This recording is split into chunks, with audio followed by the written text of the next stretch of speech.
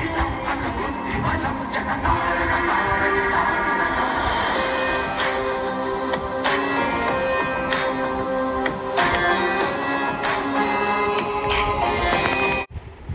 হচ্ছে জুলাই মাসের 14 তারিখ। আমরা আজকে আছি গুপ্তকাশীতে। গুপ্তকাশী হলো ভারতের উত্তরাখণ্ডের রুদ্রপ্রয়াগ জেলার গাড়োয়াল হিমালয়ের কেদারখণ্ডে 4327 ফুট উচ্চতায় অবস্থিত একটা বড় শহর।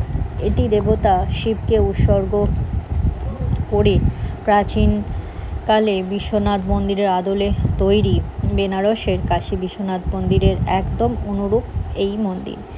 এখানে পৌরাণিক গল্প অনুযায়ী কাশীতে ভোলেনাথ পাণ্ডবদের হাত থেকে নিজেকে লুকানোর জন্য এই উত্তরাখণ্ডের গুপ্তকাশীতে এসেই আত্মগোপন করেছিলেন। সেই কাহিনী বছরের পর বছর আমরা কিন্তু জেনে আসছি।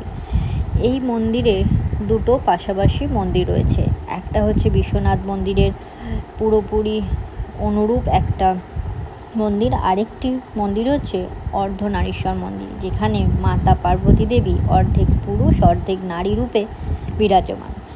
তো আজকে আমি গুপ্তকাশীর সেই পৌরাণিক মন্দির, চারদিকে কি রয়েছে সেই পৌরাণিক মন্দিরের গল্প সেখানকার পুরোহিতের কাছ থেকে শুনব, আর চারদিকের পরিবেশ আপনাদের সাথে শেয়ার করব। আর চারদিকে কি রয়েছে, কীভাবেই বা সেখানে পুজো হয়, সেখানকার মানুষদের জীবনযাত্রা কোথায়, সব কিছু এই ভিডিওর মাধ্যমে আপনাদের শেয়ার করব।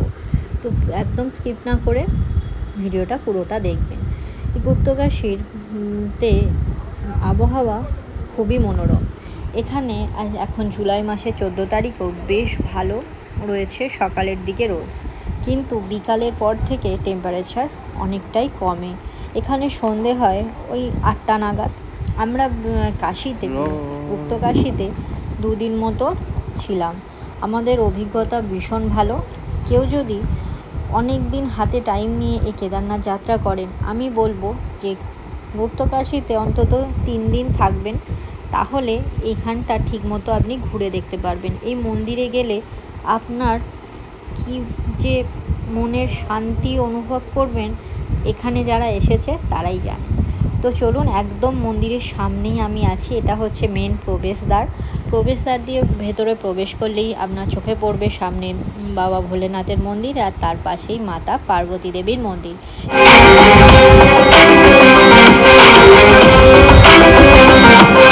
চলুন এই মন্দিরে কিছু পৌরাণিক গল্প আপনাদের সাথে শেয়ার করি। জনপ্রিয়ভাবে বর্ণিত কিংবদন্তি অনুসারে মহাকাব্যে কুরুক্ষেত্রের যুদ্ধের পর দেবতা কৃষ্ণ এবং অন্যান্য ঋষিদের পরামর্শে পাণ্ডবরা তাদের ভাতৃহত্যা এবং ব্রহ্মহত্যার পাপের প্রায়শ্চিত্ত করতে চেয়েছিলেন এবং শিব এর কাছে ক্ষমা চেয়ে যুদ্ধের সময় তাদের দ্বারা সংগঠিত এই পাপ থেকে মুক্ত পেতে চেয়েছিলেন। কিন্তু শিব তাদের সাথে দেখা করতে ইচ্ছুক ছিলেন না, সেহেতু তিনি যুদ্ধের এই অন্যায় ঘটনার জন্য তাদের থেকে মুখ ফিরিয়ে নিয়েছিলেন। তাই তিনি কাশীতে তাদের সাথে দেখা করবেন না বলে চোখ এড়িয়ে নন্দীজির ছদ্মবেশে এই গুপ্তকাশীতে এসে কিন্তু আত্মগোপন করে। কিন্তু পাণ্ডবরা ভোলেনাথকে খুঁজতে খুঁজতে এই গুপ্তকাশীতে এসেও উপস্থিত হয়। তারা কিন্তু নন্দীজির বেশ ধারণ করে থাকলেও মহাদেবকে চিনে ফেলেন। সেই সময় শিব ঠাকুর যখন দেখেন পঞ্চপাণ্ডব তাকে চিনে ফেলে, তখন নন্দীজির বেশ ধরে গুপ্তকাশী থেকে মাটি খুঁড়ে একটি গুহায় লুকিয়ে পড়েন, অদৃশ্য হয়ে যান। কিন্তু পরে শিব হিসাবে 5টি ভিন্ন রূপে আবির্ভূত হন কিন্তু মহাদেব। এক হচ্ছে কেদারনাথের কোঁচ, রুদ্রনাথের মুখ, তুঙ্গনাথে বাহু, মহেশ্বরে নাভি, মধ্য মহেশ্বরে নাভি ও পেট, আর কল্পেশ্বরে তালা। মন্দাকিনী নদীর তীরে এই স্থানটির নাম হচ্ছে গুপ্তকাশী, যা শিব নামটি কিন্তু বিলুপ্ত ঘটে গেছে।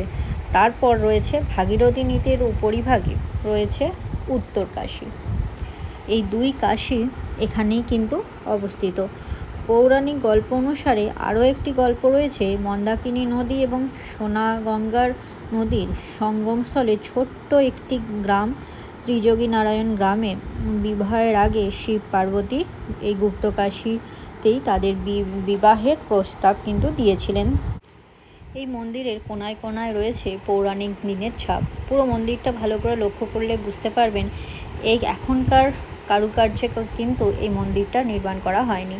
এটা বহু যুগ পুরনো একটি মন্দির। এখানে দেয়ালে শিব ঠাকুরের নানা রূপ খোদাই করা রয়েছে। এই মন্দিরের কোনায় কোনায় কিন্তু অনেক রহস্য, অনেক গল্প লুকিয়ে রয়েছে। সেই রকম যেমন নাম গুপ্তকাশী, সেরকম অনেক গুপ্ত রহস্য কিন্তু এই মন্দিরকে ঘিরে রয়েছে।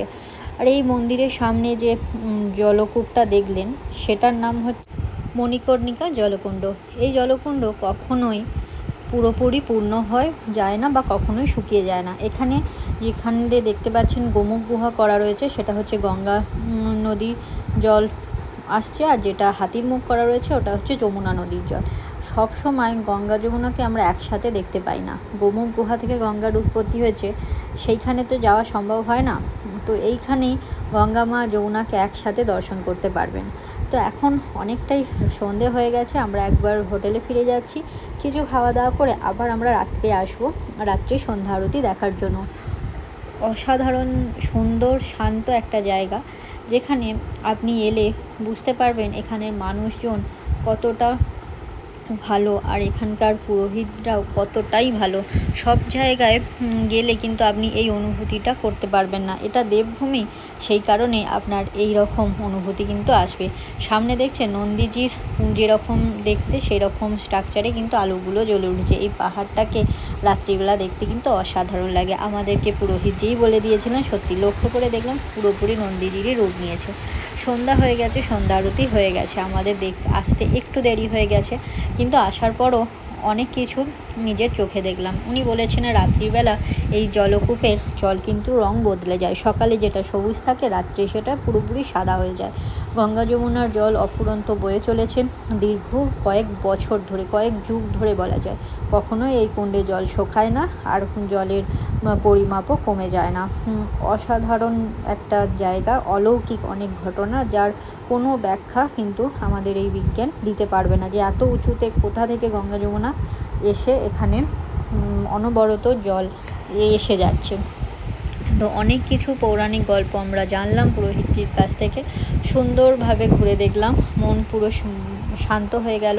তো বাবার আশীর্বাদ নিয়ে আমরা এবার রওনা দেবো কেদারনাথের দিকে। আশা করি গুপ্তকাশীর ভিডিওটা আপনাদের সকলেই ভালো লেগেছে। আর সামনেই রয়েছে পুরোহিতজি, উনি আমাদেরকে এখানে পুজো দেওয়া করিয়েছেন। ওনার নাম্বার আমি পরে ডেসক্রিপশানে দিয়ে দেবো, ওনার সাথেও যোগাযোগ করতে পারেন। খুব ভালো উনি ব্যবস্থা করে দিয়েছেন। এখানে গ্রামটাও আমরা একটু ঘুরে দেখলাম। এই মন্দিরের পেছনে ছোট ছোট গ্রাম রয়েছে, যেখানে ছোট ছোট অনেক জিনিসপত্রের ছোট ছোট দোকান রয়েছে, যেগুলো আমরা একটু ঘুরে দেখলাম। এবার যাওয়া হচ্ছে।